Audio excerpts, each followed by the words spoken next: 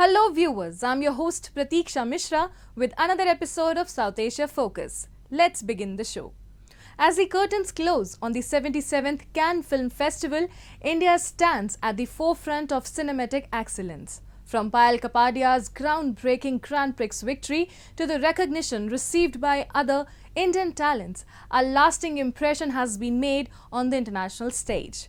Their achievements not only illuminate India's rich cinematic heritage but also pave the way for future generations of storytellers.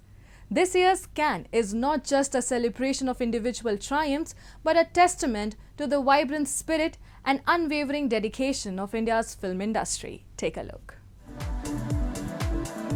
The Cannes Film Festival is an annual film festival held in Cannes, France, which previews new films of all genres, including documentaries from all around the world.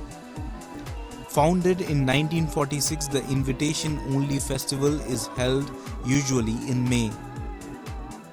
Being one of the most prestigious film festivals in the world, it is attended by film industry professionals from all over the world as well as celebrities and fashion icons. The festival is also a major tourist attraction with over 350,000 people attending each year. India's performance at 77th Cannes Film Festival has been phenomenal. As one of the largest film-producing nations with a thriving film industry, Indian filmmakers have fetched huge accolades at this year's Cannes. For the first time in 30 years, an Indian film, Payal Kapadia's All We Imagine as Light, which centers around the lives of two nurses, was nominated for Palme d'Or, the highest award in the festival. Kapadia's film won the Grand Prix, the second position in the category. With this win, Payal Kapadia, a FTII alumnus, became the first Indian to bag this prestigious award. Taking to social media platform X, Indian Prime Minister Narendra Modi said the country is proud of Kapadia's historic feat. I'm just trying not to think about it. It's really overwhelming and a super great honor, and it's nice because it's like the filmmakers you study when you're in film school, so it's incredible. And the pity is that I don't get to watch all the films, and I really wish I could have. Film and Television Institute of India's student Chittananda S. Nayak bagged the first prize in the last Cinef section for Sunflowers were the first ones to know, a 15-minute short film based on a Kannada folklore. The festival celebrated the work of world-famous director Shyam Benegal. After 48 years of its release in India, Benegal's Manthan was showcased at Cannes in the Classic section. The much-renowned cinematographer Santosh Sivan, known for his rich body of work in Indian cinema, became first Asian to be awarded the prestigious Pierre Onguenox Tribute Award at 2024 Cannes Film Festival in recognition of his career and exceptional quality of work. Another individual who made history at Cannes is Anasuya Sengupta, as she became the first ever Indian to win the Best Actress award for her performance in The Shameless in the Uncertain Regard category. Another independent filmmaker who shines at Cannes was Maisam Ali, also a FTII alumnus. His film In Retreat was screened at the Acid Cannes Sidebar program. India's success at the 77th Cannes Film Festival signifies a monumental milestone in the nation's cinematic history. As the curtain falls on Cannes, India reveals in the accomplishments of its filmmaker, establishing fresh standards and motivating future generations. Let's now move to Bangladesh, where Cyclone Remal has left a trail of destruction in its wake. From battered households to flooded farms, the ferocity of the storm has tested the resilience of communities along the Bay of Bengal. Yet, amidst the chaos, stories of solidarity have emerged as villagers band together to salvage what remains of their homes and livelihoods. However, the impact of Cyclone Remil extends beyond the immediate devastation, highlighting the ongoing vulnerability of Bangladesh to tropical storms. A report. As Cyclone Remil bore down on the coastal regions of Bangladesh, its ferocity left a trail of destruction in its wake. Thousands of households, shrimp farms, and river protection dams were battered by the relentless onslaught of wind and rain. Yet, amidst the chaos and devastation, stories of resilience and solidarity have emerged from the heart of the storm. In the village of Mongla, nestled in the southwestern reaches of Bangladesh, the fury of Remil seemed unrelenting. Hours after the cyclone made landfall, heavy rainfall and strong winds continued to ravage the area. Despite the danger, villagers banded together, salvaging what they could from their damaged homes. নদীর side থেকে ভেঙে গেছে সাইডে নদী সে নদী থেকে ভেঙে সেই পানি এই সাইডে আসছে নদীর ওই বান ভেঙে গেছে ভেঙে যে নদীতে সব আগামাতা বেঁচে গেছে মানুষের ঘর দরজা বাড়ি ঘর বহুত লোকের বহুত ক্ষতিগত হয়ে গেছে In Batya Ghata, river protection dams were heavily damaged, flooding villages and farms. The breach of these dams resulted in torrents of water inundating surrounding areas, causing widespread devastation to homes, agricultural fields, and livelihoods. The flooding exacerbated the already dire situation, displacing residents and disrupting daily life. ছিল অনেক কাপড় ছিল সেই কাপড়গুলো নতুন নতুন কাপড় সব ভিজে গেছে সব নষ্ট হয়ে গেছে উড়াই নিয়ে গেছে কিছু আর আপনার এই যে চালটা এবারে জ্বরে উল্টায় এবারে নিয়ে চলে আসছে The cyclone caused power outages affecting millions of people before losing intensity. Remil was the first major cyclone of the year to hit the region, signaling the beginning of the cyclone season. ঝড়ের জলোচ্ছ্বাসী যে আমাদের যে বন্যা যে ভেঙে যাচ্ছিল আর দু এক মিনিটের ভিতরে এই জ্বরটা যদি থাকতো তাহলে আমরা প্লাবিত হয়ে যেতাম বন্যার জলে Bangladesh has a history of experiencing cyclones due to its geographical location along the Bay of Bengal, making it vulnerable to tropical storms originating from the Indian Ocean. The country's flat topography and densely populated coastal areas exacerbate the impact of these cyclones, resulting in significant loss of life and property damage. One of the deadliest cyclones in recorded history struck Bangladesh in 1970, known as the Bhola cyclone. It caused catastrophic storm, surges and flooding, resulting in an estimated 300,000 to 500,000 fatalities. In recent decades, Bangladesh has made significant strides in disaster preparedness and response, reducing the loss of life from cyclones. However, cyclones continue to pose a significant threat to the country. Time now for Asia This Week, the stories from across the continent. Driven by his determination to set a record, Nepali climber Dawa Phinyok Sherpa summited Mount Everest thrice in 8 days earlier this month.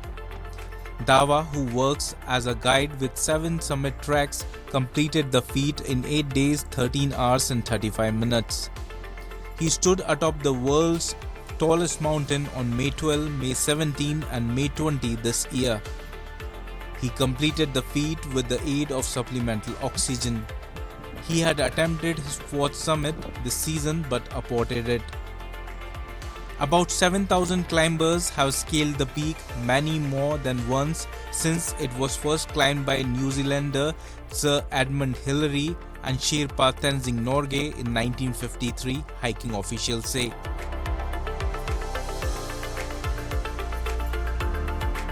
Australia, Britain, Malaysia, New Zealand and Singapore announced on May 31 that they will stage bigger and more complex military drills in Asia this year involving drones, fifth generation fighter planes and surveillance aircraft.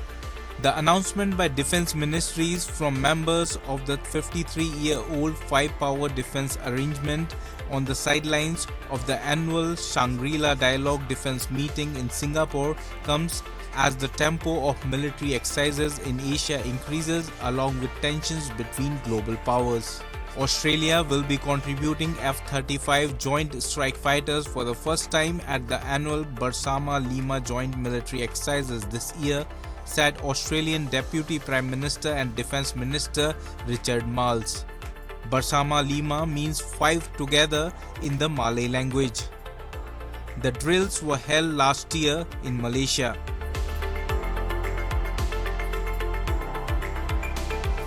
North Korea's state-run broadcaster KRT on Friday aired video and photographs of leader Kim Jong-un guiding the firing drill of 600 mm super large multiple rocket launchers from an unidentified location.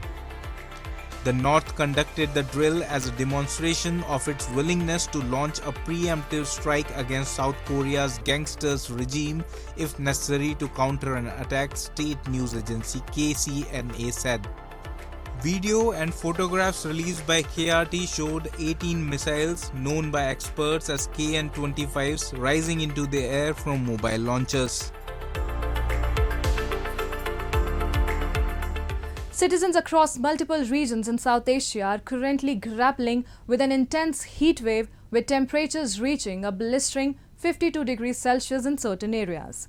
This unprecedented heat is leading to considerable discomfort and raising serious health worries, prompting authorities in nations such as India and Pakistan to issue urgent heatwave advisories and safety protocols. Residents are being urged to stay well hydrated, minimize direct exposure to the sun, and take proactive measures to safeguard themselves against heat-related ailments. South Asia is currently grappling with soaring temperatures. Numerous regions within India have witnessed mercury levels soaring beyond the 50 degrees Celsius mark, posing significant challenges to public health and infrastructure. Neighboring regions across South Asia are also facing similar stifling heat waves. Residents in various parts of Pakistan could be seen walking with their heads covered for protection from the scorching sun, while some sought refuge by taking rest under the tree shed. According to country's meteorological department, temperatures rose above 52 degrees Celsius in Pakistan's southern province of Sindh, the highest reading on the summer and close to the country's record high amid an ongoing heat wave. In Mohenjo-daro, a town in Sindh known for archaeological sites that date back to the Indus Valley civilization built in 2500 BC, temperatures rose as high as 52.2 degrees centigrade. Mohenjo-daro is a small town that experiences extremely hot summers and mild winters and low rainfall, but its limited markets including bakeries, tea shops, mechanics, electronic repair shops and fruit and vegetable sellers are usually bustling with customers. But with the current heat wave, shops are seeing almost no footfall. ग्राहक अचनि कोन था जैसे ही धंधा कारोबार सफ़ा tip लॻा पिया आहिनि चांहि जो होटल आहे सॼो सॼो ॾींहुं वेठा आहियूं साईं घड़ी घड़ी विझूं था नलके में पऊं था वरी निकिरूं था इलाही सारो टेम्परेचर साईं विझण सां कुझु न कुझु फ़र्क़ु थिए थी भाई बिजली कान्हे का साईं वॾो पुराणा साईं टेम्परेचर परेशान कयो आहे दोपहर के टाइम पे दुकानें बंद करके जाते हैं और नलकों पे नहाते हैं। दादू केनाल हमारे यहाँ करीब है, वहाँ छोटे बड़े बच्चे जाते हैं नहाते हैं और एंजॉय करते हैं, लेकिन गर्मी बहुत शदीद है। Extreme temperatures throughout Asia over the past month were made worse, most likely as a result of human-driven climate change. This extreme heat is causing widespread discomfort and serious health concerns. Authorities have issued heat wave alerts and are urging residents to take necessary precautions. Doctors in the southern Pakistani city of Jacobabad are receiving about 10 to 12 heat stroke patients daily, and the hospital has set up a response center to cope with the number of cases.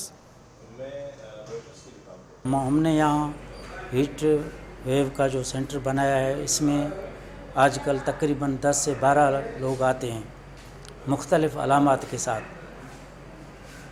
कई लोग ऐसे होते हैं जो अचानक बेहोश हो जाते हैं, कई ऐसे होते हैं जिनको चक्कर आते हैं, इनको उल्टी आती है, मतली आती है, किसी को पेट में दर्द होता है, किसी को बुखार होता है। तो ये भी हीट स्ट्रोक के अलामात हैं।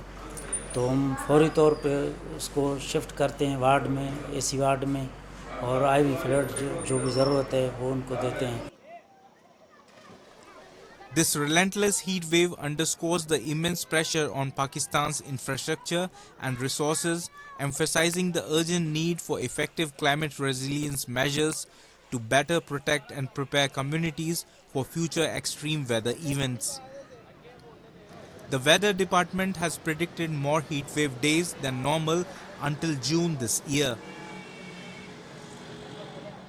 In the heart of Varanasi, one of the oldest continuously inhabited cities in the world, an age-old craft continues to thrive, weaving the threads of tradition, artistry and culture into the fabric of Banarsi saris. These saris, renowned for their exquisite craftsmanship and opulent beauty, are a testament to India's rich textile heritage. Whether produced on traditional handlooms or modern power looms, Banarsi saris embody a unique blend of history, artistry and innovation. Take a look. Banarsi saris, synonymous with opulence and intricate artistry, have long been a symbol of luxury in Indian textiles. Originating from the ancient city of Varanasi, these saris are famed for their rich silk fabric, elaborate designs and exquisite zari work. Adorned with intricate motifs inspired by Mughal art and architecture, each Banarsi sari is a masterpiece that reflects a blend of cultural heritage and unparalleled craftsmanship. They are especially cherished during weddings and festive occasions, embodying elegance, tradition and cultural heritage. ये बनारसी साड़ी जैसे पहले आती रही gold silver, जैसे सोने और चांदी के तारों से बीनी हुई आती रही, अब क्या टेस्टेड जरी आने लगी है। फैब्रिक यही आज भी है और पहले भी यही फैब्रिक रहता रहा। इसका प्रचलन न कभी गया और न कभी जाएगा। चाहे साउथ सिल्क ले लीजिए, चाहे आप बेंगलोरी सिल्क ले लीजिए, उनसे ये हटकर होता है। इसमें जो भी ताना बना होता है ओरिजिनल होता है, जरी से लेके फैब्रिक तक, इसलिए फेमस है। आज भी ये फेमस है और इसके पहले भी फेमस था, इसलिए शादी ब्याह में लोग एक साड़ी जरूर चढ़ाते हैं Banarasi. The weaving techniques used in Banarsi saris have been passed down through generations of skilled artisans. These saris are traditionally hand-woven using pure silk threads, and the designs are crafted with zari, which is metallic thread, typically made of gold or silver. Creating a handloom Banarsi sari is a labor-intensive process that can take from 15 days to several months depending on the complexity of the design. Each thread is carefully selected, dyed in rich colors and woven into intricate patterns using age-old methods. In a stark contrast to the serene pace of handloom weaving, the whirring sound of power looms marks a new era in Banarsi sari production.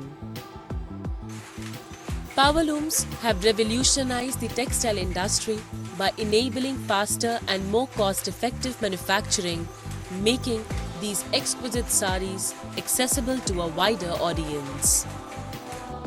Meet Bismillah Ansari, a fourth-generation weaver who has been creating Banarsi saris using both traditional handlooms and power looms.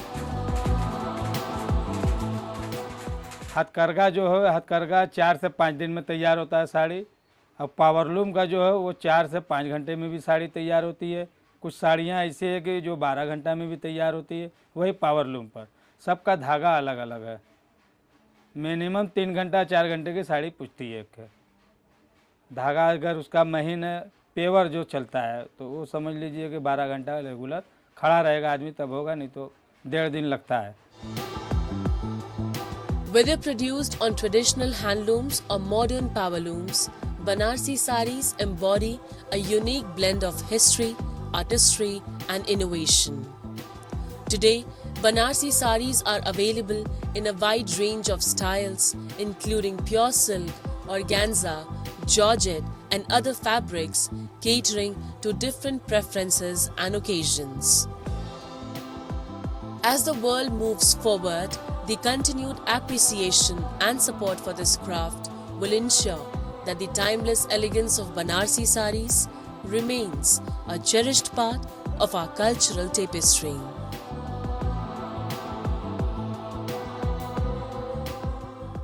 Banarsi sari symbolizes India's textile heritage, blending tradition, artistry and innovation seamlessly.